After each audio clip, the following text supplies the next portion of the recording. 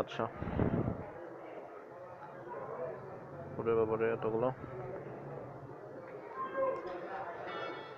A man started at 8 a.m. from his home, walked at the rate of 3 kilometers per hour.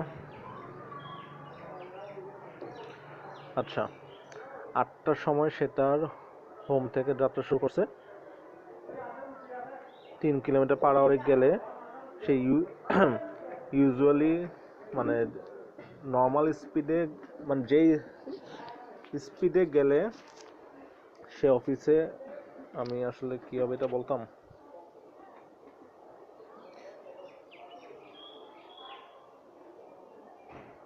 45 minutes late, ঠিক আছে? তো সে যেই টাইমে অফিসে পৌঁছার কথা, ইউজুয়ালি সে ধরে নিলাম ভি স্পিডে গেলে সে টি টাইমে ইয়াতে পৌঁছায়, অফিসে পৌঁছায়। তা এখন সে আজকে ভি স্পিডে না গিয়ে সে কি করছে, 3 কিলোমিটার পার আওয়ারে গেছে। 3 কিলোমিটার পার আওয়ারে গেলে সে যে টি টাইমে পৌঁছাইতো, যে টি টাইম থেকে 45 মিনিটস লেটে সে পৌঁছাচ্ছে, ঠিক আছে? আবার সে যদি ভি স্পিডে না গিয়ে 5 কিলোমিটার পার আওয়ারে যায়, তখন আবার সে 15 মিনিট আগে পৌঁছায় যায়। এখন জানতে চাইছে তার হোম আর অফিসের মধ্যে দূরত্ব কত। সো সে দুইটা স্পিডে যাচ্ছে, ভালো কথা, সময় ভিন্ন লাগছে ভালো কথা, কিন্তু ডিস্টেন্স কিন্তু সেম, হোম থেকে তার অফিসের দূরত্ব সেম।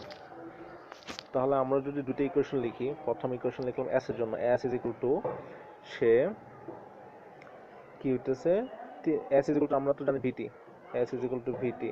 তো ভি 3 কিলোমিটার, 3 কিলোমিটারে গেলে সে কি হয়, যেই টাইমে পৌঁছানোর কথা ছিল সেই টাইম থেকে সে 45 মিনিট লেটে পৌঁছায়, মানে ওর সময় বেশি লাগে। লেটে পৌঁছানো মানে কি, সময় বেশি লাগছে, ঠিক না? 8টায় পৌঁছানোর কথা ছিল, যে বাসা থেকে 7টায় বেরোলে 8টার সময় অফিসে পৌঁছাতেন, তাহলে এক ঘন্টা সময় লাগতো অফিসে পৌঁছাতে, কিন্তু আপনি 45 মিনিট লেটে পৌঁছেছেন, তার মানে কি আপনার 1 ঘন্টা 45 মিনিট সময় লাগছে। সো টি প্লাস 45। আচ্ছা, আর টি যেটা আওয়ার বলতে হবে, কারণ এখানে ভি হইতেছে কিলোমিটার পার আওয়ার, সো টিটাও আমাকে আওয়ারে প্রকাশ করতে হবে। টি আমি আওয়ার বলছি, সো 45 মিনিট, মিনিটকেও আমার আওয়ারে নিয়ে যেতে হবে। সো 45/60। ওকে, সো তাহলে এই কোশ্চেনটা কি দাঁড়াতেছে, আমি 3টাকে যদি এদিকে নিয়ে আসি, এস বাই 3 গুণ অবস্থা আছে, ভাগ করে নিয়ে আসতে পারি। সো টি প্লাস 3 15 45 4 15 60, 3/4। এটা গেল প্রথম ইকুয়েশন।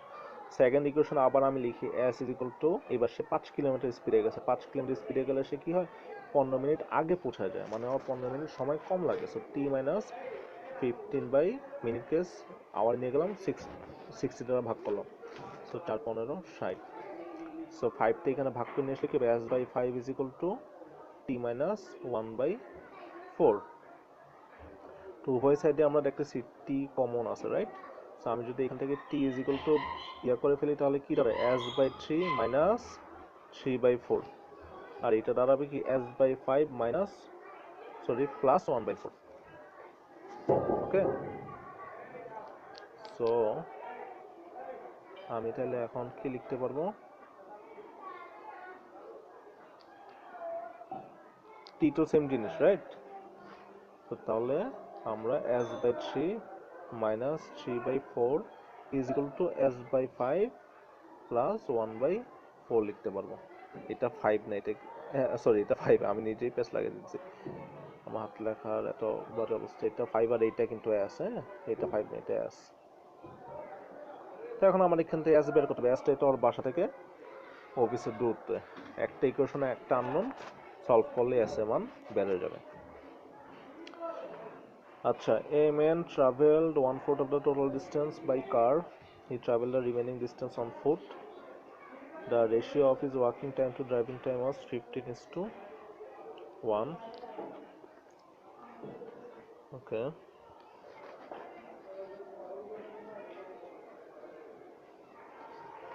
Okay. ঠিক আছে, আমরা জানি s is equal to vt। প্রথমে আমরা দেখি সে কি করছে, তার টোটাল ডিস্টেন্সের 1/4, টোটাল ডিস্টেন্সকে যদি আমি d ধরি, তাহলে সে d/4 ডিস্টেন্সটা সে কারে গেছে, ভালো কথা।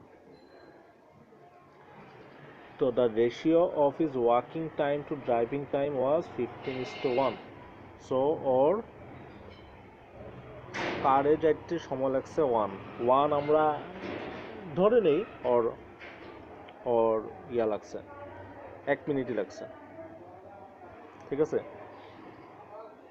15:1 মানে কি, মানে আসলে 1 মিনিট যদি 1 মিনিট লাগে তাহলে কারে যেতে 1 মিনিট লাগলে হেঁটে যেতে 15 মিনিট লাগবে, কারে যেতে 2 মিনিট লাগলে হেঁটে যেতে লাগবে কয় মিনিট, 30 মিনিট এরকম। আমি ধরে নিয়ে ওর 1 মিনিট লাগছে, কোনো সমস্যা নেই। তো তাহলে এস ইজ ইকুয়াল টু ভিটি, আমি কারের স্পিড আমি জানি না, তো আমি লিখলাম যে ভিসি ইন্টু টাইম হতেছে, কারের যেতে টাইমটা হতেছে ধরলাম 1, ঠিক আছে। আর টোটাল ডিস্টেন্সটা আমি ধরে নেই 1 কিলোমিটার, তাহলে এটা ডি এর মান কত হবে 1। সো তাহলে কি দাঁড়াচ্ছে 1/4 is equal two VC into 1। So তাহলে ভিসি ইজ ইকুয়াল টু আমি কি লিখতে পারি, ভিসি ইজ ইকুয়াল টু 1/4। ওকে, আর ওই বাকি দূরত্বটাও হেঁটে গেছে। তো 4/1 যদি কারে যায়, হেঁটে গেছে তাহলে কতটুকু, 4/3 তাহলে ভি হাঁটা দিলাম ওয়াক, তার ওয়াকিং স্পিড হচ্ছে ভিডাব্লিউ ইন্টু ওই ওয়াকিং টাইম বলছে 15, আমি যেহেতু এটাকে 1 ধরছি, তো তাহলে এটা কত ধরতে হবে, অবশ্যই 15 ধরতে হবে। তাহলে 15 3 5 15, তাহলে ভিডাব্লিউ ইজ ইকুয়াল টু কত হচ্ছে 1/20। So VC is equal to 1/4 আর ভিডাব্লিউ ইজ ইকুয়াল টু 1/20। তো এখন বলছে যে রেশিও বের করতে হবে কার ড্রাইভিং স্পিড কোনটা, এটা কার দিয়ে যেতে গেছে সেটা তো driving speed, are walking speed মানে ভিসি ইজ টু ভিডাব্লিউ বের করতে হবে। ভিসি ইজ টু ভিডাব্লিউ মানে কি, ভিসি ডিভাইডেড বাই ভিডাব্লিউ, মানে 1/4কে আমি 1/20 দ্বারা ভাগ করব। সো 1/4 ডিভাইডেড বাই 1/20 মানে কি 1/4 ইন্টু 20টা তো উপরে চলে যাবে। সো 4 5 20, তাহলে 5, তাহলে কি আসতেছে VC by VW is equal to 5, মানে ভিসি ইজ টু ভিডাব্লিউ কি হবে, এটা 5 ডিভাইডেড বাই 1 না, এটা মানে 5:1। সো অ্যান্সার হবে বি। এখন বলছে a train left Dhaka for Chittagong 62 kilometre per hour, at the same time another train left Chittagong for 48 kilometre per hour, how far apart the two trains 1 hour before they met. প্রশ্নটা একটু পেট আছে এখানে। বলছে ঢাকা থেকে চিটাগাংয়ের দিকে একটা ট্রেন যাচ্ছে, যেটা স্পিড হচ্ছে 62 কিলোমিটার পার আওয়ার, আর চিটাগাং থেকে ঢাকার দিকে একটা ট্রেন আসতেছে যেটা হচ্ছে 48 কিলোমিটার পার আওয়ার। এখন বলছে আমাদেরকে যদি প্রশ্ন করতো ওরা কতক্ষণ পর মিলিত হবে, আমরা কিভাবে বের করতাম, আমরা বের করতে পারতাম না, কারণ হচ্ছে আমাদের মধ্যবর্তী ডিস্টেন্সটা আমি জানি না। হ্যাঁ, এটা অবশ্যই গেছে, মধ্যবর্তী ডিস্টেন্সটা আমি জানি না। আমাদের সিস্টেমটা হচ্ছে মধ্যবর্তী, যেটা টি ইজ ইকুয়াল টু কি এস বাই ভি, দূরত্ব আমাকে জানতেই হবে, শুধু ব্যাগ দিয়ে আমার হবে না। তো যাই হোক, এখানে কিন্তু আবার আমাদেরকে এই প্রশ্নটা করেও নাই, কতক্ষণ পরে মিলিত হবে এই জাতীয় প্রশ্নটা করে না। ওরা প্রশ্ন করছে আমাদেরকে যে ওরা মিলিত হওয়ার আগে, এই ট্রেনটা এদিকে যাচ্ছে, এই ট্রেনটা এদিকে আসতেছে, এক সময় তো ওরা পরস্পরের সাথে মিলিত হবে, ঠিক না? মিলিত হবে মানে মুখোমুখি সংঘর্ষের ব্যাপারটা তা না। মনে করেন পাশাপাশি দুইটা লাইন, এটা এদিকে যাচ্ছে, এটা এদিকে যাচ্ছে, তখন ওরা সেম একটা পয়েন্টে একসময় ক্রস করবে না, ওইটাকে আমরা বলবো মিলিত হওয়া। তো ওরা যেহেতু পরস্পর বিপরীত দিকে আসতেছে, মুখোমুখি আসতেছে, অবশ্যই ওরা একসময় মিলিত হবে। এখন প্রশ্নটা করছে যে মিলিত হওয়ার 1 ঘন্টা আগে ওরা কত দূরে থাকবে। তো দেখেন, মিলিত হওয়া মানে কি, মানে সেম পয়েন্টে এট এ টাইম আসবে, রাইট? তো মিলিত হওয়ার 1 ঘন্টা আগে এই সাইড থেকে, ঢাকা থেকে যে ট্রেনটা আছে, সে যে এই পয়েন্টে মনে করেন এই পয়েন্টে ওরা মিলিত হওয়ার কথা। এখন ঢাকা থেকে যে ট্রেনটা আসতেছে সে যেই টাইমে ওরা মিলিত হবে, ধরেন ওরা বিকাল 3টার সময় 3 PM এ ওরা মিলিত হবে, তাহলে 2 PM এ সে ধরেন এইখানে আছে, এই পয়েন্টে আছে, রাইট? আর চট্টগ্রাম থেকে যেটা আসতেছে সেটা 2 PM এ আছে এই জায়গায়।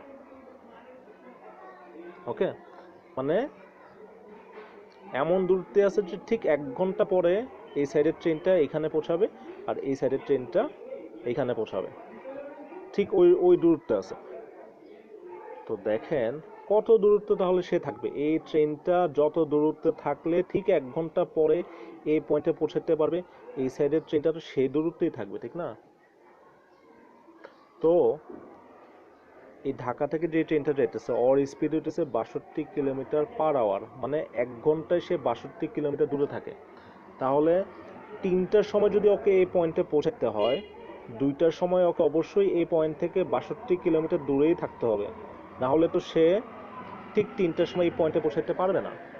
সে যদি মনে করেন 70 কিলোমিটার দূরে থাকে, তাহলে তো 1 ঘন্টা পরে সে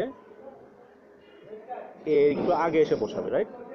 কারণ 1 ঘন্টা সে 62 কিলোমিটার দূরত্ব অতিক্রম করবে, আর 8 কিলোমিটার বাকি থেকে যাবে এতে পৌঁছাতে। ওকে, ঠিক 3টার সময় এই পয়েন্টে পৌঁছাতে হলে 2টার সময় ওকে এই পয়েন্ট থেকে 62 কিলোমিটার দূরত্বে থাকতে হবে, কারণ সে 1 ঘন্টায় 62 কিলোমিটার দূরত্ব অতিক্রম করতে পারে। একই রকম চট্টগ্রাম থেকে যেটা আসতেছে ওইটার স্পিড হইতেছে 48 কিলোমিটার/আওয়ার। সো 2টার সময়, যেহেতু ঠিক 3টার সময় ওকে এই পয়েন্টে পৌঁছাতে হবে, 2টার সময় ওকে অবশ্যই 48 কিলোমিটার দূরে থাকতে হবে, না হলে তো সে 1 ঘন্টার মধ্যে ঠিক 3টার সময় সেই পয়েন্টে আসতে পারবে না, রাইট? তার মানে কি হইতেছে, যখন যেই সময় ওরা মিলিত হওয়ার কথা তার 1 ঘন্টা আগে ঢাকা থেকে যে ট্রেনটা আসতেছে সে থাকবে 62 কিলোমিটার দূরে, আর চট্টগ্রাম থেকে যে ট্রেনটা আসতেছে সেটা থাকবে 48 কিলোমিটার দূরে। সো তাহলে দুইটা ট্রেনের মধ্যবর্তী দূরত্ব কত হবে? 62 + 48, 62 আর 70, 70 আর 40, 110। So 110 kilometre. আশা করি বুঝতে পারছেন।